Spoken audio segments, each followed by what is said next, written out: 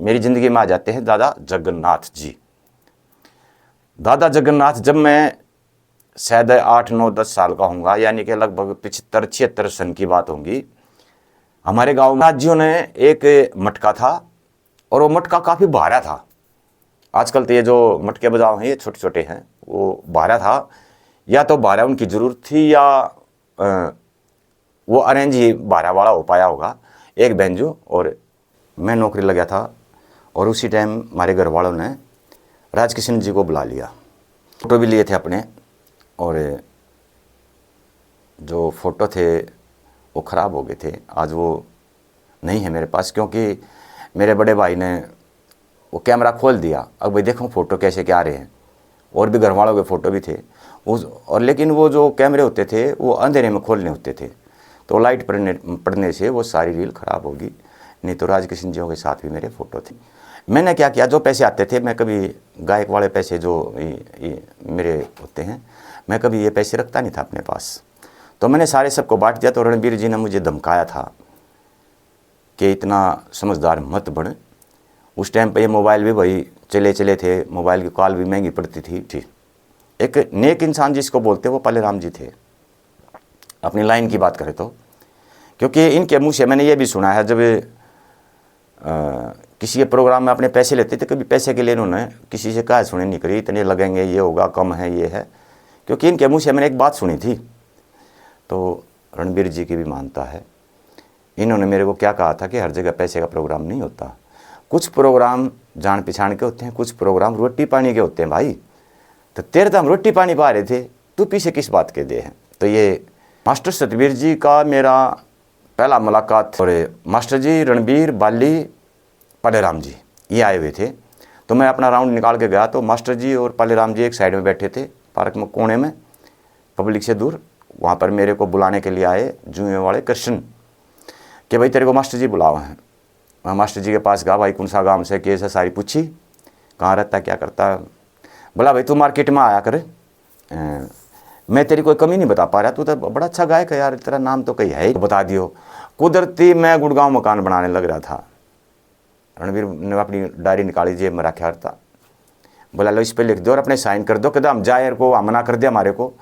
रणबीर ने साइन करवा लिया उस पर, और मैं सुबह उठते ही एक डंपर भरवा लाया। तो उस टाइम तुलेराम जी आए थे। तुलेराम जी के साथ जमन मीर जिन्होंने उस्ताद खां का करें हारमोनियम बजा रहे थे, और उस पर मैंने एक रागनी डाल दी अपनी पुरानी। तो मेरे से संपर्क करा 2 आदमियों ने उसके थ्रू। एक थे चांद सापला, जो बाबूराम जी के साथ रहते थे, और चौधरी कैसेट के नाम से सापला में उनकी दुकान थी कैसेटों की। और एक थे भाई सुमित तेवड़ी के, ये मैं सिंह समिति से जुड़े हुए थे। तो इन्होंने मेरा फ़ोन नंबर मांगा, बात हुई। ये बोले भाई तेरा, क्योंकि ये चांद जो है बाबूराम जी के साथ कई बार जाया करते, तो कहते यार तेरा तो नाम बहुत अच्छा चला था, तू गायब हो गया। और ये कहते थे बड़े सुरीले गाते हैं ये 2 कलाकार, देखिए एक दिन इनका बहुत बड़ा नाम होगा। उसमें एक नाम मेरा ले रहे थे, एक उन्हें बताया नांगलिया सुभाष का। बन के मैं 21,000 नगद, और भाई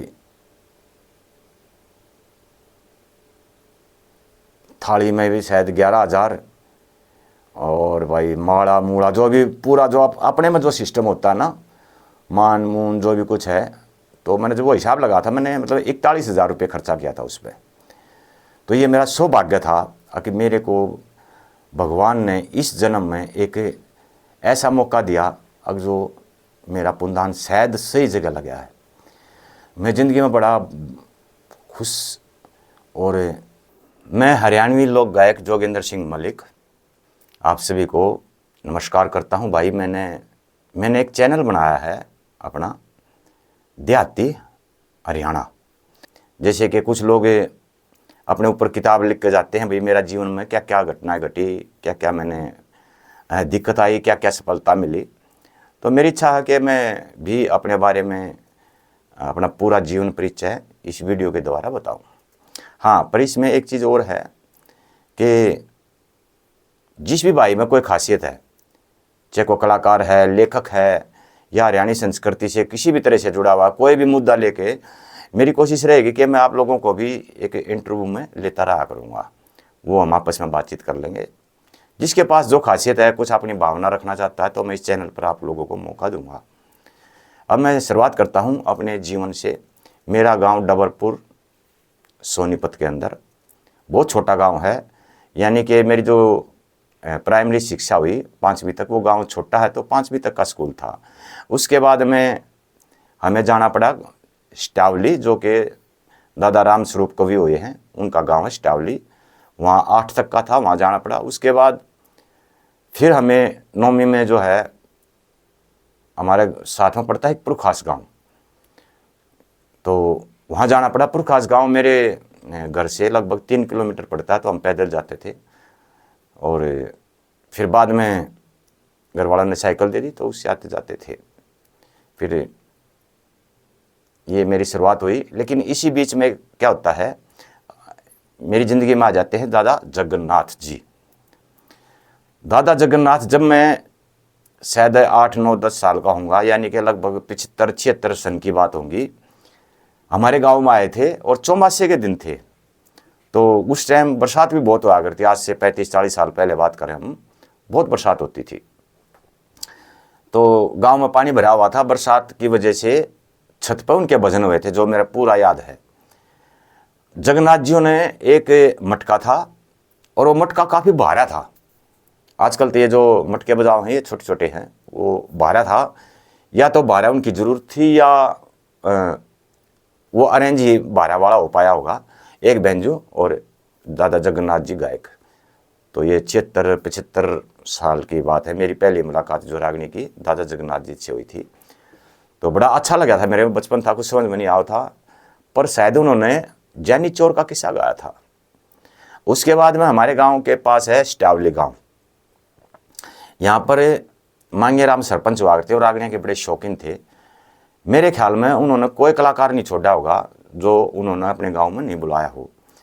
तो एक बार बाबू राम जी आए हुए थे, तो उस टाइम पर हमें नहीं पता होता था, बाबू पाले का एक नाम बोला जाता था, कौन बाबू है कौन पाले है। लेकिन वहाँ पर अकेले बाबू आए थे, तो घर से छुप के रागनी सुनने गए थे। तो दूसरा मौका था कि मैंने बाबू राम को अपने बचपन में देखा था। तीसरी बार मेरी मुलाकात हुई महाशय रणबीर बड़वासनिया से। ये 83, 85 में मैं ITI के अंदर था। 83 में मैंने मैट्रिक की थी, और 85 तक मैंने ITI में 2 साल किया। और 2 साल के बाद 1 साल का और कोर्स होता है अप्रेंटिस। तो 3 साल का मैंने कोर्स किया ITI में। और ये ITI में जाने का भी एक कारण था, जब मैंने 10वीं की तो मेरे भाई वगैरह, क्योंकि हम 4 भाई हैं, सबसे छोटा मैं था। तो भाइयों ने पूछा भाई तू क्या करेगा, तो मैं बड़ा शरीफ सा बचपन रहा है मेरा। तो मैंने उनको कहा भाई उस टाइम थोड़ा ये पिक्चर देखना, कॉलेज में जाना, ये थोड़ा ऐसा लगता था डरावना सा कि भाई ये अच्छे बच्चों के काम नहीं है। तो मैं बोला भाई मेरे को ना तुम कोर्स करवा दो, चाहे कैसा भी करवा दो, और मैं उसी में कामयाब हो जाऊँगा। तो बोले भाई फिर तो एक ITI होती है। तो कुल मिलाकर मेरा ITI में एडमिशन करवा दिया। जब हम ITI में थे तो उस टाइम पर रणबीर और मोहन जो बैंजो बजाते थे, ये दोनों मेरे, मोहन जी तो मेरे से बड़े हैं, होंगे 4-5 साल तो होंगे ही शायद। लेकिन रणबीर जी मेरे 5-6 महीने आगे पीछे का ही उनका जन्म है, तो हम बराबर से ही हैं। तो जब इन्होंने वहाँ रागनी गाई थी, और उसी समय ITI से ही हम घर पे कुछ बोल के ना कि दोस्त के पास रुकना है, तो ये रापर साहब पर है सोनीपत के पास, वहाँ एक कंपटीशन था। यहाँ पर मास्टर सतबीर आए थे, और बाबू राम जी थे, एक नांगड़िया सुभाष था, और भाई सुनील जी के गुरु जी थे धर्मवीर था, और भी कई कलाकार थे, मेरा नाम याद नहीं है। लेकिन वहाँ पर राजकिशन जियों का भी नाम था, क्योंकि राजकिशन जी के नाम पर बहुत पब्लिक आती थी। लेकिन राजकिशन जी नहीं आए, तो 4 बजे तक लोगों ने इंतजार किया। 4 बजे फिर पूछा राजकिशन आया भाई, तो जब बताया भाई राजकिशन नहीं आया, तो पब्लिक पाट गई थी। और मास्टर जी उस टाइम पर बाजे से गाया करते, जनू जुगर सांग मेरा अगर भागम भाग से, मेरा वो सीन याद है। तो पहला कंपटीशन मेरा वहाँ से था। शुरुआत में मेरी बात चली थी दादा जगन्नाथ से, तो मैं जगन्नाथ जियों की और आगे बात बढ़ाता हूँ। दादा जगन्नाथ जी के बेटे, सबसे बड़े बेटे सुभाष नाम है। मैं अपनी कंपनी में 1987 में लग गया था हीरो होंडा में, तो 1994 या 95 में उनके बेटे हमारी कंपनी में आ गए थे और हमें 7-8 साथी कंपनी में एक कॉलोनी है उसी में रहा करते। और वो उनके साथ जो आने वाले थे उनका बेटा भी, यानी कि समझाने के 4-5 आदमी थे ये। तो ये दादा जगन्नाथ और उनके मास्टर जी थे, वे भवन सिंह के फादर रामचंद्र था या क्या था नाम भूल गया मैं, वे आए थे। और दादा जगन्नाथ जी ये कलाकार लोग तो भाई पीते खाते हैं, इन्होंने भाई ड्रिंक्स वगैरह किया और बाद में वो सुल्फा वगैरह पिया। तो बाद में इन मेरी ड्यूटी लगा दी वहाँ पे कि भाई तू इनके पास रही, क्योंकि बाप बेटा तो शर्माते हैं। ये लोग साइड में थे, मैं अरेंजमेंट कर रहा था उनका। तो दादा जगन्नाथ जी ने या मास्टर जी ने मेरे से पूछ लिया, भाई बीड़ी सिगरेट पिया करे? मन न ठा गई, ये कह दी हाँ जी पी लिया करूँ। भाई वो भरी भराई सिगरेट ले रहे थे, मेरे तो वहाँ पिया दी।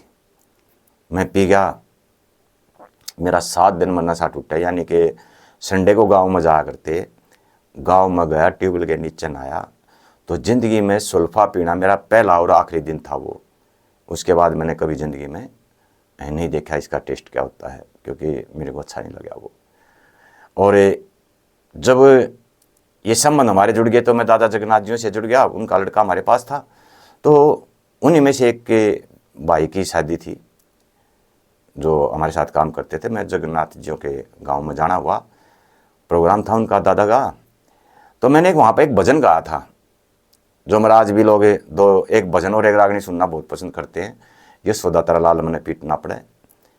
जब ये भजन मैंने वहाँ गाया, तो जब मैं गा कर बैठने लग गया तो दादा जगन्नाथ ने मैं कोड़ी भर कर नू कही मेरे को कि भाई छोरे तने तुम्हारा बाली बुला दिया। भाई बाली शर्मा कोई छोटे गायक नहीं है, वो हिंद केसरी का खिताब भी है उनके पास, पर हो सकता है बाली शर्मा जी इस भजन को बहुत अच्छा गाते होंगे।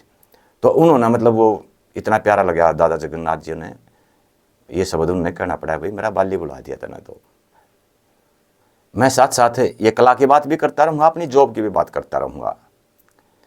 तो मैंने ITI की भाई, और ITI के बाद में मैं 6-7 महीने के लिए जठेड़ी गांव है कि 20वां मील के पास, जो GT रोड पर पड़ता है, राई के पास 20वां मील, मैंने वहाँ 6-7 महीने नौकरी की।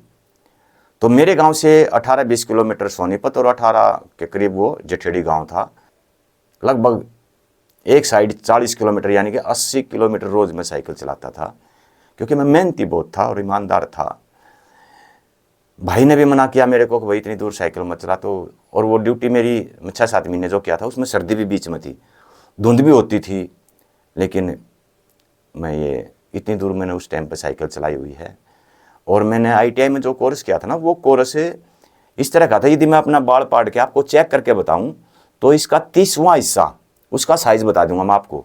मतलब मेरा जो ITI का जो कोर्स था वो इतना नाना कोर्स था, उसको ग्राइंडरमैन बोलते थे, किसी चीज़ का बहुत ही सूक्ष्म साइज बताना। तो मैं अपनी मेहनत की बात कर रहा हूँ साथ में। जब मैंने ITI में एडमिशन लिया था, जो मेरे साथ जिन भाइयों ने 10वीं की थी, तो मेरा मजाक करते थे कि भाई ITI में तो तेरे काले कपड़े रहेंगे, काला मुँह रहेगा, कॉलेज में आ जा। लेकिन मेरी एक तमन्ना थी कि कमा के खाना है। मैं कॉलेज की बुराई नहीं कर रहा, पर उस टाइम थोड़ा मेरा अपना मानना था कि कॉलेज में तो थोड़ा आवारागर्दी सी होती है। तो मेरे को एक अंदर एक टिश थी कि जॉब करके दिखानी, नौकरी करके दिखानी है। तो दोस्तों मैं ITI भी मेरे गोवाना अड्डे से हमारी बस चलती थी, वहाँ से मेरे ख्याल में 2.5-3 किलोमीटर पड़ती होगी ITI। डेली सुबह 3 किलोमीटर वहाँ से जाना, 3 किलोमीटर आना। और उसके बाद मलाना रोड पर सोनीपत में ही एक वर्कशॉप थी, जिसमें मेरा काम था ही नहीं, वो रफली काम थे, मतलब मोटे मोटे काम वर्नियर से चेक हो जाते थे, जो टेक्निकल कोई है। यानी कि बात यह है कि वो मेरे लायक काम नहीं था। फिर भी मैंने वहाँ पे काम सीखने की बात की उनसे, तो वो बोले भाई हम कुछ देंगे नहीं। मैं बोला जी मैं तो फ्री में सीखने आया हूँ, मैं आपका कुछ लूँगा नहीं, बल्कि आप लोगे तो मैं और भी दे दूँगा, मैंने कामयाब होना है। तो वहाँ पर एक मेरे जो प्राइमरी के जो टीचर थे, रमाना गांव पड़ता हमारे यहाँ, रामचंद्र जी मास्टर जी थे। तो वो उस दुकान पे आ गए, क्योंकि उस दुकान पे ट्रैक्टर ट्रैली वगैरह एरो कल्टीवेटर इनका काम होता था। उन्होंने देखा यार ये इतना इंटेलिजेंट बच्चा यहाँ क्या कर रहा है, उन्होंने मेरे से पूछा हाँ भैया कैसे। मैं बोला सर काम सीख रहा हूँ। तो वो ज़्यादा नहीं बोले, उन्होंने सोचा ठीक है जो भी है, लेकिन मैं थोड़ा अच्छे बच्चों में ही था। तो ये मेरे यहाँ के संघर्ष के टाइम रहे हैं मेरे। 1987 में मैं हीरो होंडा मोटरसाइकिल में लग गया, जो कि धारूहेड़ा पड़ती है, गुड़गांव और रेवाड़ी के बीच में धारूहेड़ा एक जगह है। तो जब मेरा इंटरव्यू वगैरह आया, मेरा सिलेक्शन भी हो गया, और भगवान की दाद से जो मेरा सिलेक्शन हुआ वहाँ पर 5-6 राउंड होने थे। एक मैं ही ऐसा था जो एक ही राउंड में उन्होंने ये बोल दिया ज्वाइन कब कर रहे हो। नहीं तो जो बाद में मेरे साथ वो जो इंटरव्यू देने पर लगे हुए थे वे 6-7 दिन और आए, उनको इतनी प्रक्रिया से गुजरना पड़ा। और मैं एक परफेक्ट तैयारी करके गया हुआ था कि मैं जॉब करनी, नौकरी करनी है। तो ये भी मेरी किस्मत की बात है। नौकरी करते करते वहाँ पर हर साल फंक्शन होते थे, तो मेरे को रागनी का शौक लग चुका था। तो वहाँ पर रागनी की जब बात आई, रागनी को मैंने अपना नाम लिखवा दिया। तो मेरे को उन्होंने कहा भाई 15-20 दिन पहले तैयारी करवा दी कि हाँ भाई अपनी तैयारी कर लो। तो वहाँ पर तो मेरे को कंपनी ने अलाउड कर दिया कि अभी तो एक मटके वाला और एक बेंच वाला ले सकता है। तो कुल मिलाकर मैं, मेरे गुरु भाई थे। और पहले मैं बताता हूँ मेरे गुरुजी कौन थे। मेरे गुरुजी थे जो हमारा, जो मेरे गांव के साथ ही है, हमारा गांव, जो राजकिशन जी की बेंजो बजाया करते, रामधारी। और जो मेरे साथ वो सिखाने वाले थे, बजाने वाले, वो उनके चेले थे। तो वो बोले भाई गुरु का नाम तो आपको लेना पड़ेगा। किसका ले भाई? बोले भाई हम रामधारी के चेले हैं, आप भी रामधारी का नाम लो। तो भाई मैंने रामधारी जी का नाम ले लिया, वो मैंने गुरु मान लिए। हालांकि मैं उनसे कभी शिक्षा नहीं ले पाया, क्योंकि मैं हमेशा से ही बड़ा डिसिप्लिन का बच्चा रहा। मैं कभी रात काली नहीं की, कोई ये सोचा भाई ये तो गायक है, रातों को ये क्या होगा ना। मैंने कभी मेहनत की गायकी के पीछे। मेरा अपना सदा से मानना ये था कि ये मेरी कोई लाइफ नहीं है। मेरा भतीजा हुआ था और मैं नौकरी लगा था, और उसी टाइम हमारे घर वालों ने राजकिशन जी को बुला लिया। और मैं इतना बच्चा था वहाँ पे, 20 साल का था सारा। मुझे पता नहीं कंपनी का लेवल हाई फाई था, बल्कि वो मेरा जो मैनेजर था वो तो ये बोला करता कि भाई इंग्लिश में बात किया कर मेरे से। ठीक है, वैसे मुझे उस टाइम इंग्लिश अच्छी आती थी, होशियार बच्चा था मैं। और लेकिन देहाती बच्चे इंग्लिश बोल नहीं पाते, अपना वो लिख देंगे, सब कुछ कर देंगे जो भी कुछ है, पर बोलना बड़ा मुश्किल होता है। तो ये भी एक घटना ही थी। तो राजकिशन जी आए हुए थे गांव में, भतीजा हुआ था हमारे, लेकिन मैंने छुट्टी नहीं ली। मेरे को पता ही नहीं था छुट्टी कैसे लेते हैं। और यदि राजकिशन जी का जिक्र चला तो मैं राजकिशन जी के साथ जो मेरी जुड़ी हुई बातें हैं वो भी मैं शेयर करूँगा आपसे। राजकिशन जी के साथ मैं 2 बार गया भी हूँ। एक बार तो मैं यहीं ड्यूटी पर आने लग रहा था शाम को, उनका प्रोग्राम था डूंडा हेड़ा या कापसेड़ा, जो गुड़गांव और दिल्ली के बीच में है। तो जब मैं उनके साथ आया था तो इन्होंने यहाँ पर रागनी गाई थी। तो किस्सा मेरे याद नहीं अब क्या था वो, क्योंकि शायद कुछ महाभारत की गाई थी, कुछ चंद्रकर्ण की गाई थी, ऐसे कुछ था। तो जब मैं राजकिशन जी के साथ आया था, और एक दिन अभी जो पीछे राजकिशन जी की जयंती थी, वहाँ एक रागनी गाने का मौका मिला था मेरे को। तो वहाँ भी मैंने एक बात रखी थी। हालांकि राजकिशन जी ड्रिंक्स वगैरह ज़्यादा करते थे, पर मेरे सामने एक वाक्य बना था वहाँ पे कि इन गाने वालों के लिए दूध की बाल्टी भर के आई थी। मुझे नहीं पता इन्होंने मंगवाई थी या उन्होंने भेजी थी। और राजकिशन जी ने शायद नहीं पी थी, जहाँ तक मेरा लगता है, क्योंकि सुबह 2 बोतल आई थी। तो इसका मतलब सुबह 2 बोतल आई थी, फिर इन्होंने सुबह ही पी होगी। और मेरे को कैमरा रखने का बड़ा शौक़ था। मैं नौकरी लगते ही कैमरा ले लिया था, ये अपने शौक़ होते हैं। तो राजकिशन जी के साथ मैंने 87 लास्ट में लगा था मैं। तो वो 1-2 महीने के अंदर सी मैंने फ़ोटो भी लिए थे अपने। और जो फ़ोटो थे वो ख़राब हो गए थे। आज वो नहीं है मेरे पास, क्योंकि मेरे बड़े भाई ने वो कैमरा खोल दिया। अब भाई देखो फ़ोटो कैसे क्या आ रहे हैं, और भी घर वालों के फ़ोटो भी थे उस, और लेकिन वो जो कैमरे होते थे वो अंधेरे में खोलने होते थे, तो लाइट पड़ने से वो सारी रील ख़राब होगी। नहीं तो राजकिशन जियों के साथ भी मेरे फ़ोटो थे, और रणबीर जी साथ रहते थे। चलो रणबीर जी का भी मैं भी साथ साथ ही जिक्र कर लेता हूँ। तो रणबीर जी की पहली मुलाकात मैंने जैसे बताई थी ITI के टाइम पर ही हुई थी। 1983 में आए थे उधर, या 84 में आए थे, या 85 में आए थे, क्योंकि 83 में मैट्रिक कर ली थी मैंने। तो ITI में ये दोनों आए थे, मोहन और रणबीर। उसके बाद जो मेरे गांव में जो प्रोग्राम था, कभी रणबीर जी से मैं पूछूंगा, अब ये मेरे याद आ गई ये बात। जबकि रणबीर जी तो गायक थे, लेकिन मेरे गांव में पता नहीं इनके साथ क्या हुआ था। वो मेरे चाचा ताऊ ये बता रहे थे कि राजकिशन ने रणबीर खड़ा करा गाने के लिए, तो वो शर्मा रहा था, मतलब गा नहीं पा रहा था, मतलब शर्मा रही है, पता नहीं क्या बात थी। मैं एक दिन हो सके तो रणबीर जी का इंटरव्यू भी लूँगा और माशा जी से पूछूंगा ये बात कि भाई वह बात क्या थी, या तेरे को याद नहीं है, या वो कुछ और वजह थी जो चाचा ताऊ ने बताई मेरे को। और एक घटना और है रणबीर जी की मेरे साथ। वैसे रणबीर जी का और मेरा घरेलू संबंध भी है, ब्याह शादियों का आना जाना है, सब है। कि एक प्रोग्राम था जिसमें मैं, रणबीर, नीलम, सरिता, एक जो हट जाता का गायक है विकास, इसका शिष्य है माशा जी का, वो, और भाई नसीब कुंडू जो नीलम का घरवाला था, जो चंद्रावल पिक्चर में भी थे, वो नसीब सिंह कुंडू जो हकड़ा के बोला करते, ये थे। और शायद कोई और हो, नहीं यही थे शायद। और वहाँ पर रात को ये पवन दैया भी आया था, जो चुटकुले सुनाते हैं, लेकिन ये पवन दैया उस टाइम दारू में बिगड़ चुका था, ये रात में पी के पड़ा था, मुझे तो पता ही नहीं है। वो प्रोग्राम मैंने ले रखा था। सुबह जब जय बोली जब मेरे पास आया, मेरे को कुछ दिलवा दो, और उधर मैंने क्या किया, मैंने इसको देखा ही नहीं। मैंने क्या किया, जो पैसे आते थे, मैं कभी गायक वाले पैसे जो ये मेरे होते हैं, मैं कभी ये पैसे रखता नहीं था अपने पास, तो मैंने सारे सबको बांट दिया। तो रणबीर जी ने मुझे धमकाया था कि इतना समझदार मत बन। उस टाइम पे ये मोबाइल भी भाई चले थे, मोबाइल की कॉल भी महंगी पड़ती थी, कि सारे पैसे बांट दिया, अपने लिए तो कुछ रखा कर, किराया भाड़ा ही रख लिया कर, इतनी भागा दौड़ी करता। क्योंकि मैंने प्रोग्राम बहुत लोगों के करवाए हुए, रणबीर जी के बहुत प्रोग्राम करवाए मैंने, और बड़े अच्छे मेरे संबंध रहे। फिर मेरे को गाते गाते एक सीन बनता है फरीदाबाद का। फरीदाबाद रागनी कंपटीशन था, वहाँ पर एक समिति थी फरीदाबाद में, हरियाणा सेवक दल। तो वहाँ पर साल में शायद 2 कंपटीशन होते थे और सभी कलाकारों को बुलाते थे। तो मैंने जब फरीदाबाद गाया तो बहुत रिस्पॉन्स मेरे को मिला। पहली बार मैंने इन बड़े गायकों के बीच में गाया था, और वो सीन मेरे याद है, जब मैं स्टेज से गा के गया तो मेरे को इतना प्यार मिला था कि आधी पब्लिक उठ के आ गई थी मेरे से हाथ मिलाने के लिए। प्यार दीवाना होता, मस्ताना होता, ये रंग गाया था। मेरे से पहले मासे पाले राम जी गा के गए थे, लेकिन पाले राम जी की विशेषताएं बहुत थी।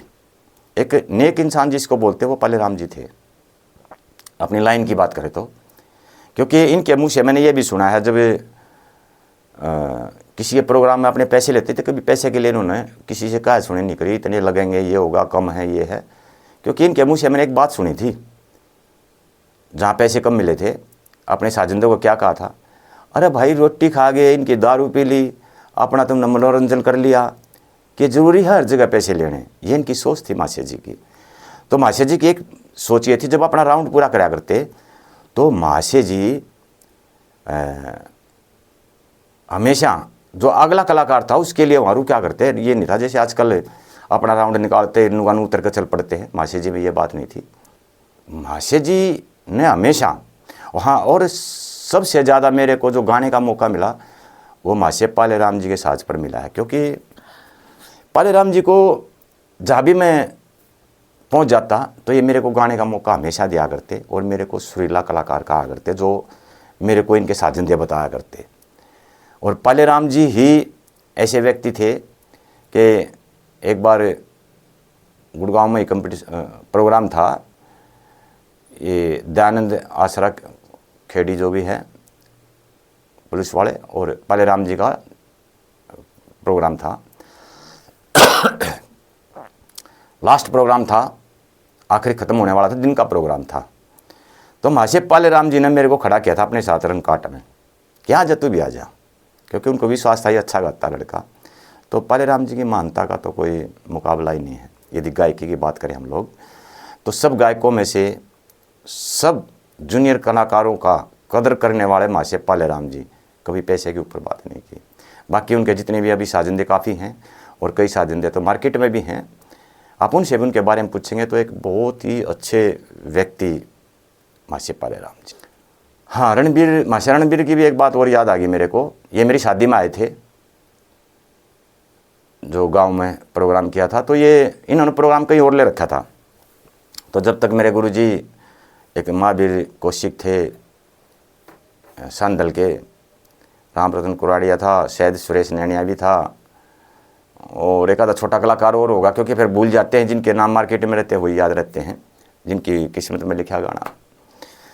तो रणबीर जी आए थे, इन्होंने शाम को खाना वाना खाया पिया और बोले भाई हम ठीक 2 बजे आ लेंगे, जय मत बोलियो। तो महाशय जी ठीक 2 बजे वो प्रोग्राम करके, जो भी साथ में पुरखास में प्रोग्राम था या गुम्बड़ में था या शेखपुरे में था, मतलब हमारे गांव के नज़दीक में ही था, कहीं आगे थे। सुबह में इनको पैसे देने लगा कुछ, भाई गाते दफा आप दे रहे हो कोई बात नहीं। जब मैं सुबह ये देने लगा ना, भाई अब तो ये मार्केट में हैं, तो रणबीर जी की भी मानता है। इन्होंने मेरे को क्या कहा था कि हर जगह पैसे का प्रोग्राम नहीं होता, कुछ प्रोग्राम जान पहचान के होते हैं, कुछ प्रोग्राम रोटी पानी के होते हैं भाई। तो तेरे तो हम रोटी पानी पा रहे थे, तू पीछे किस बात के दे हैं। तो ये महाशय रणबीर की भी मानता है। और मास्टर सतबीर जी का मेरा पहला मुलाकात गुड़गांव में ही हुई थी। सेक्टर 5 में एक कंपटीशन था, मैंने वहाँ पर रागनी गाई थी। वो एक उसमें से एक रागनी फेसबुक वगैरह पे या यूट्यूब चैनल पर भी देखते आप लोग, पुरानी रागनी मेरी, वो बलवान खपा दिया दिल्ली ने। मास्टर जी और पालेराम जी एक साइड में बैठे थे, और उस प्रोग्राम में आपके बाली शर्मा, और बाली शर्मा के साथ रहते थे आज़ाद, क्योंकि आज़ाद का मेरा रंग काट भी हुआ था वहाँ पे। और मास्टर जी, रणबीर, बाली, पालेराम जी ये आए हुए थे। तो मैं अपना राउंड निकाल के गया, तो मास्टर जी और पालेराम जी एक साइड में बैठे थे, पार्क में कोने में, पब्लिक से दूर। वहाँ पर मेरे को बुलाने के लिए आए जुए वाले कृष्ण, कि भाई तेरे को मास्टर जी बुलाओ हैं। मैं मास्टर जी के पास गया, भाई कौन सा गाँव से, कैसे, सारी पूछी, कहाँ रहता, क्या करता। बोला भाई तू मार्केट में आया कर, मैं तेरी कोई कमी नहीं बता पा रहा, तू तो बड़ा अच्छा गायक है यार, तेरा नाम तो कहीं है ही नहीं। मैं बोला जी मेरी ना नौकरी है और ये संभव नहीं है, और फिर यहाँ पर साजिंदा की भी दिक्कत है, और उस समय वो था मोबाइल वगैरह का टाइम भी नहीं थे, तो माँ जी नौकरी की वजह से मैं नहीं कर सकता। मास्टर जी बोले भाई नौकरी तो मैं भी करूँ। तो मैं बोला मास्टर जी आप तो सरकारी नौकरी करो, मेरी नौकरी है प्राइवेट। तो मास्टर जी की मानता सुनिए क्या था। मास्टर जी ने मेरे को कहा कि भाई यदि तेरे को प्रोग्राम नहीं मिलते तो प्रोग्राम मैं भेजा करूँगा, पर तू ना गाया कर, तू एक बहुत अच्छा गायक है। तो मास्टर जी आगे मेरी इतनी बात मेरे साथ बीती है। ज़िंदगी में मेरे रंग काट भी काफ़ी लोगों के साथ हुए। यदि हमें ड्यूट की बात करें तो पासी के साथ मेरे बहुत ड्यूट हैं, सरिता के साथ भी हैं, नीलम के साथ मेरा कोई ड्यूट शायद नहीं है, या एक बार था वो, क्योंकि सरिता ने एक बार गोवाना साइड से बड़ौदा से इलेक्शन लड़ा था, तो जब जाना पड़ गया था, तो जब एक रागनी गाई थी कोई नीलम ने मेरे साथ एक बार ही, सरिता ने कई बार गाई है, बिन्नू शर्मा ने कई बार, बिन्नू चौधरी ने कई बार गाई है। मास्टर जी के साथ मेरे 2 बार रंग काट हुए, उन्होंने खुद ही खड़ा करा हर बारी, दोनों बार। और भाई दयानंद के साथ हुआ, और जिस कंपटीशन में बात कर रहा था वहाँ पर आज़ाद के साथ रंग काट हुआ, बाली शर्मा के साथ मेरा रंग काट हुआ, बीरपाल के साथ मेरा रंग काट हुआ, और नरेंद्र भैंसवाड़िया के साथ मेरा रंग काट हुआ। लेकिन मेरे को किसी ने भी काटने की कोशिश नहीं की, सब ने ये सोचा था कि ये शो किया है और आवाज़ इसका थोड़ी है, गाता बढ़िया है, या मेरा कुछ चेहरा ऐसा होगा, स्वभाव ऐसा होगा कि मेरे साथ किसी ने उलझने की कोशिश नहीं की। सब ने मेरे को सुलझा कर गुवाया मेरे से। ये मेरी ऊपर इन गायक कलाकारों की बड़ी मेहरबानी रही है। और वहाँ से लेकर आज तक शायद ही कोई साज बचा होगा जिस पर मैंने नहीं गाया है। पब्लिक ने भले ही कह दिया भाई साज कम बजाया तेरे गाने में, ना तो तू गा बहुत बढ़िया रहा था, पर लेकिन मेरे भाइयों मैंने आज तक किसी भी साज की ये नहीं कहा मैंने कि ये नंबरा अच्छा नहीं बजाया। मुझे हमेशा ऐसा लगा कि भाई तू गायक ही इतना छोटा है, इतना ही गा सकता था, इन्होंने गाने में बजाने में कोई कमी ना रखी। तो मेरे को ज़िंदगी में कभी किसी भी साजन जैसे शिकायत नहीं हुई। और मैं ना कोई साजिंदा जब मैं गाने लगा हूँ उठ कर गया है, हमेशा साथ रहा है, ये भी मेरी किस्मत है। पहला कंपटीशन हुआ जिसमें मैं गया फरीदाबाद में, फिर मैं 5-6 कंपटीशन में रेवाड़ी भी गया, फरीदाबाद 2 बार गया, गुड़गांव में कई कंपटीशनों में गया। तो उस टाइम पर क्या होता था, केबल चलती थी, और केबल पर जो केबल का जो यहाँ गुड़गांव में मालिक था वो था पंजाबी। तो कैसे कैसे घूमता घूमता वो मेरे पास आ जाता कि भाई VCR की कैसेट चाहिए रागनियों की। तो भाई मैंने भागा दौड़ी करी, तो मेरे को 4-5 अपने कंपटीशनों की वीडियो मिल गई थी, वे वहाँ मेरी बाजा करती। तो इस गुड़गांव में मेरा बहुत बड़ा नाम हो गया था, क्योंकि मैं भी उन कलाकारों के बीच में गाता था, तो कहीं ना कहीं फेस देख ही जाता है लोगों को। तो पर मैं कभी एक पूर्ण गायक इसलिए नहीं बना। सबसे पहली बात तो ये थी, मैं कोई भाई बुरा मत मानियो, मैं इन रागनियों को कभी अपना भविष्य बनाना नहीं चाहा, चाहे वो कोई भी वजह थी। और इतनी दूर था मैं घर से, साधन दे बुलाना आसान नहीं था। इस इलाके में नाम मात्र से साधन थे, उनसे इतना बढ़िया नहीं होता था काम कि भाई हम एक अच्छा प्रोग्राम निकाल दें। और जो मेरे गाने का जो खटका लगा था वो राजकिशन जी की रागनी से लगा था। जब मैं बच्चा सा था तो रागनी आया करती है कि बिना ढके ढकाए डोल धरे सत धरे राहण दे रहे क्यों पछले पाप युगाड़ जर बिना ढके ढकाए डोल धरे सत धरे राहण दे रहे क्यों पछले पाप युगाड़ जर क्यों पछले पाप युगाड़ जर। यह रागनी आया करती मेरा आज भी याद है। और शायद दूसरी रागनी आया करती राजकिशन की करके गाल तड़पती छोड़ी। तो जब ये गढ़वे बाजा करते ना, मेरा बड़ा शौक चढ़ा, बहुत प्यारे लगे यार थे मैंने गढ़वे बाजते। और तो वहाँ से मेरे को इन रागनियाँ का शौक चढ़ा था मेरे को। एक जीवन में बड़ी मज़ेदार घटना मेरे साथ बीती।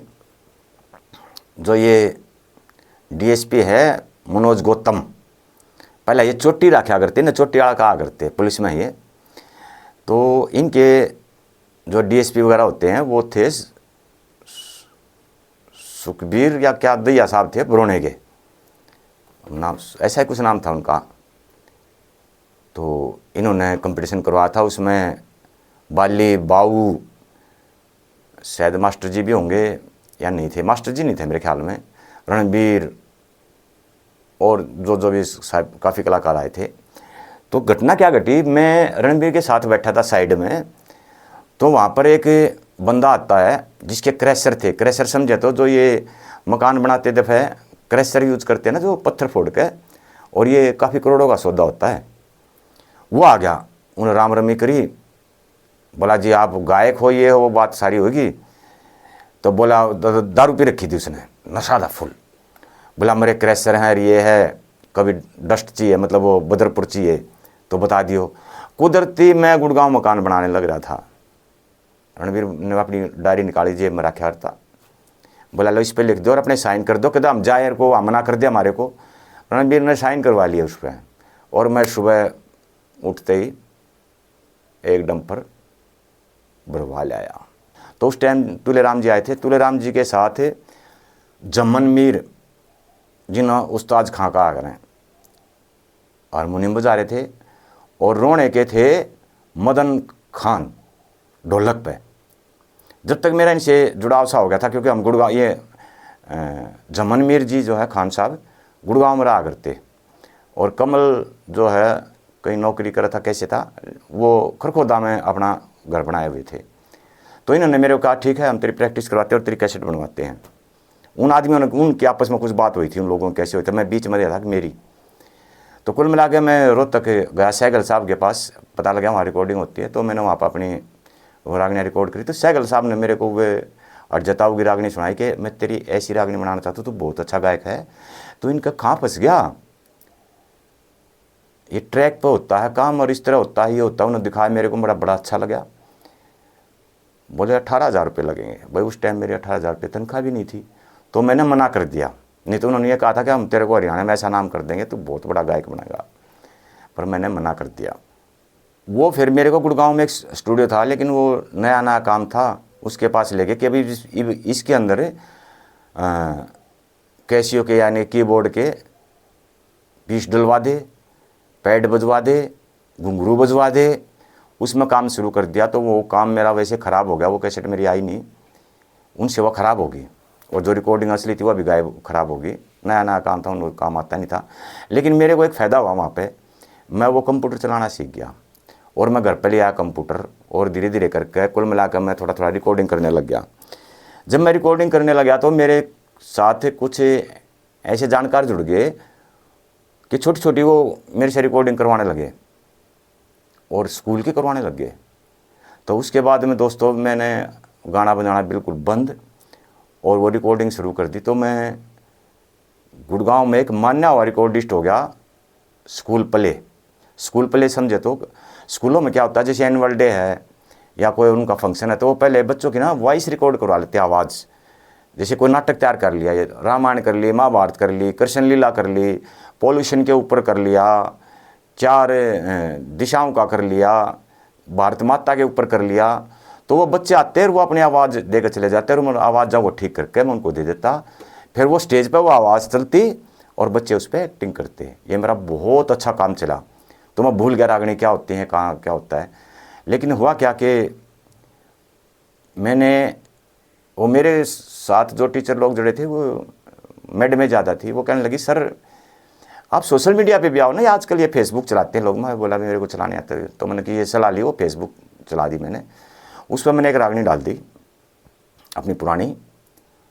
तो मेरे से संपर्क करा 2 आदमियों ने उसके थ्रू। एक थे चांद सापला, जो बाबू राम जी के साथ रहते थे, और चौधरी कैसेट के नाम से सापला में उनकी दुकान थी कैसेटों की। और एक थे भाई सुमित तेवड़ी के, ये मिक्सिंग समिति से जुड़े हुए थे। तो इन्होंने मेरा फ़ोन नंबर मांगा, बात हुई, ये बोले भाई तेरा, क्योंकि ये चांद जो है बाबू राम जी के साथ कई बार जाया करते, तो कहते यार तेरा तो नाम बहुत अच्छा चला था, तू गायब हो गया, नशे करने लग गया था क्या? मां नहीं, नशे तो मैं कभी किए नहीं, माँ बस ऐसे ही छोड़ दिया था मैं। नहीं यार तेरा तो जिक्र चल गया था गायकों में, और ये कहते थे बड़े सुरीले गाते हैं ये 2 कलाकार, देखिए एक दिन इनका बहुत बड़ा नाम होगा। उसमें एक नाम मेरा ले रहे थे, एक उन्हें बताया नांगलिया सुभाष का। अगर 2 कलाकारों के बारे में अच्छा जिक्र हुआ करता कि भाई एक दिन इनका भी मार्केट अच्छी आएगी। तो नांगलिया तो नशे पता में बढ़ गया था, वो बेचारा ख़त्म हो गया, और मैं इधर रिकॉर्डिंग में चला गया। तो वो मेरी रागनी देख कर कुल मिला के इनका मेरे पास फ़ोन आया कि भाई आओ, बरौना के अंदर फरवरी में शहीद कवि मेहर सिंह के नाम से बहुत बड़ा प्रोग्राम होता है, और हम पुराने गायक या कलाकार उनको भी बुलाते हैं, और जो प्रोग्राम करते हैं उनको तो बुलाते हैं। तो मैं बोला भाई मैं तो गाता ही नहीं रागनी, मैं गाना छोड़ रखा है। तो ये बोले कोई नहीं, आपको सम्मानित करेंगे, आप आओ, पुराने वो हो। तो कुल मिला के मैं 2016 में वहाँ चला गया, वहाँ एक रागनी भी गानी पड़ी मेरे को। तो मैं फिर इन लोगों से जुड़ गया, आज भी मैं मिक्सिंग समिति से जुड़ा हुआ हूँ। अब जैसे मेरी केबल पर जो रागनी आती थी, अब देखिए क्या हुआ मेरे साथ। मैंने जो मकान बनाया था, मेरे पास 2 किराएदार थे, एक मैं था, 3 मोटरसाइकिल थी, मेरी तीनों मोटरसाइकिल चोरी होगी। मैं सुबह अखबार वाले के पास गया, पुलिस वाले के पास गया, पुलिस वाले नखरे से कर रहे थे लिखने लिखने में, क्योंकि वो अखबार वाले मेरे को थोड़ा सा जानते थे, वो कई बार उनकी खबर छापते रहते थे। मेरा अखबार में भी अच्छा नाम आ रहा था उस टाइम, क्योंकि गुड़गांव थोड़ा एडवांस तो था ही। तो वहाँ पर एक लड़की आई भागी बोले सर आप मिल गए। वहाँ भी क्या हुआ? अरे सर आप कोई ढूंढ रहे थे? मेरे ढूंढ रहे भाई, मैं अपनी मोटरसाइकिल ढूंढ रहा हूँ, मैं रिपोर्ट करवाने आया हूँ, मेरे क्या किस लिए ढूंढ रहे थे? मैं और था डर गया। अरे सर आपका इंटरव्यू लेना था, आप वो ना जोगिंदर मलिक हरियाणवी गायक। हाँ, तो भाई गया था मैं अपनी गाड़ियों की कंप्लेंट करने मोटरसाइकिल चोरी की, और मेरा एक बहुत बड़ा लेख इंटरव्यू मेरा वहाँ पे हुआ। ज़िंदगी में जुगाड़बाजी करके क्योंकि मेरी हमेशा ना एक गरीब के प्रति, नरम आदमी के प्रति, दयावान के प्रति, मैं अंदर से बड़ा भावुक आदमी हूँ। तो मैंने ज़िंदगी में, मैंने एक दिन गिन रहा था, मैंने 16 नए लेखकों की रागनी गाई है, ये 2-1 साल के अंदर अंदर, जिनके नाम कम थे। क्योंकि मेरे अंदर एक ये था कि जो लोग मेहनत करते थे, वो किसी भी तरह की मेहनत करते हैं, थोड़ा बहुत तो फल मिलना चाहिए। हालांकि वो बहुत अच्छी नहीं गाई गई, क्योंकि सबसे पहली बात तो मैं इतना बड़ा गायक नहीं। दूसरा जो है, मैंने वो बेंजू मटके गाए, लेकिन बेंजू मटके वाले बुलाए नहीं। मैंने ऐसे ही किसी की रागनी ली और उसकी आवाज़ दबाई और अपनी आवाज़ उस पर गाई। पर वो गाना आसान नहीं है, क्योंकि ये कोई ट्रैक नहीं है, काउंट नहीं है, गिनती नहीं है। उसी के तरह नुगानू गाना, उसी सुर में गाना। और मेरी तो आवाज़ वैसे ही कम है, मेरा सुर भी डाउन है, लेकिन फिर भी मैंने अपनी कोशिश करके लगभग 16 तो आदमी मैंने गिने थे, और ये 20 भी हो सकते हैं। और आगे कोशिश रहेगी नए कलाकारों के लिए एक आधी रागनी गाते रहें। मेरी ये बहुत बड़ी खुशी है। और ज़िंदगी में इस गायक के साथ साथ एक बड़ा अच्छा नेक काम करने का मुझे मौका मिला, जो कि मैं अपनी ज़िंदगी में याद रखूँगा। मेरी खुशी का ठिकाना नहीं है। इसी गायकी में एक पुराने बागड़ी लोहार हुए हैं, मांगेराम लोहार बोलते हैं उनको। ये 2018 में 19 में जो कोरोना आया था, उस टाइम वो बीमार हो गए थे और उनकी हालत ख़राब हो गई थी। हालत तो बहुत लोगों की ख़राब हो गई थी। तो बीमार के लिए तो बताते हैं, ये हमारा स्वाभिमान वाला जो संगठन है, दादा के नाम से जो संगठन बनाया था, उसके प्रधान थे मांगेराम जी। बीमार हो गए थे, तो ये जो हरियाणा में एक दादा लक्ष्मी चंद नाम से एक भवन बन रहा है उमरावत में, उनके प्रधान थे डॉक्टर सुनील वत्स निठारी। वो और उनके साथ थे शायद कोई सतीश पारासर करके। इन जो भी मिलजुल के इनको इलाज करवाया था। ये काफ़ी कमज़ोर हो गए थे, और शायद ये मास्टर जी वगैरह इनसे, जो ये निठारी वगैरह जो डॉक्टर वगैरह जो इनसे मिले हैं, शायद ये उसके थ्रू मिले हैं। एक लड़का था, जवान लड़का, भगवान ने उसकी अच्छी सुनी है, वो दिल्ली पुलिस में हो गया। सापला का था, संजीव बंटी बोलते हैं उसको। वो मांगेराम जी के संपर्क में था। वो इधर उधर बड़ी कोशिश करता था, भाई इनकी हालत बड़ी ख़राब है कोरोना के टाइम पे, और जो मदद कर सके, तो मेरे हिसाब से उनके द्वारा इसका संपर्क बना होगा। और ये मेहर सिंह समिति जो बरोना है, ये काफ़ी बार इन्होंने उनके लिए भाई अनाज वगैरह, दाल वगैरह, काफ़ी बहुत हेल्प की इन लोगों ने भी उसकी उस टाइम पर। और फिर मेरे को एक सौभाग्य प्राप्त हुआ कि उनकी बेटी की शादी थी, तो एक भाई बन के, भाती बन के, मैं 21,000 नगद और भाई थाली में भी शायद 11,000, और भाई माड़ा मूड़ा जो भी पूरा जो अपने में जो सिस्टम होता है ना, मान मून जो भी कुछ है, तो मैंने जो वो हिसाब लगा था, मैंने मतलब 41,000 रुपये खर्चा किया था उस पर। तो ये मेरा सौभाग्य था कि मेरे को भगवान ने इस जन्म में एक ऐसा मौका दिया, अब जो मेरा पुण्यदान शायद सही जगह लगा है। मैं ज़िंदगी में बड़ा खुश, और सबका आशीर्वाद जो बोलते हैं ना, वो मेरे ऊपर रहा है। नहीं तो मैं बहुत छोटा गायक, और इतनी मेरे को शाबाशी, इतना नाम, इतना प्यार। अभी भी मेरे पास फ़ोन बहुत आते हैं लोगों के, और वे लोग फ़ोन करके इतने खुश होते हैं कि हमें नहीं पता था आप इस स्वभाव के हो, कि हम तो डर रहे थे भाई पता नहीं बात करेंगे, फ़ोन उठाएंगे नहीं करेंगे। तो मैं उल्टा खुश होता हूँ कि यार लोग मुझे इतना प्यार करते हैं। तो दोस्तों, ये मेरी जीवन गाथा थी। अपने कमेंट्स करियो, और भाई जिसके पास जो खासियत है, आपने कोई इंटरव्यू देना चाहे तो मैं अपने चैनल पर आपके इंटरव्यू वगैरह ले आ दूँगा। तो बहुत बहुत आप सभी का धन्यवाद। जय हरियाणवी संस्कृति, जय हरियाणवी भाषा, और भाई हरियाणवी माँ, जय भारत, जय हरियाणा। सब भाइयों का बहुत बहुत धन्यवाद।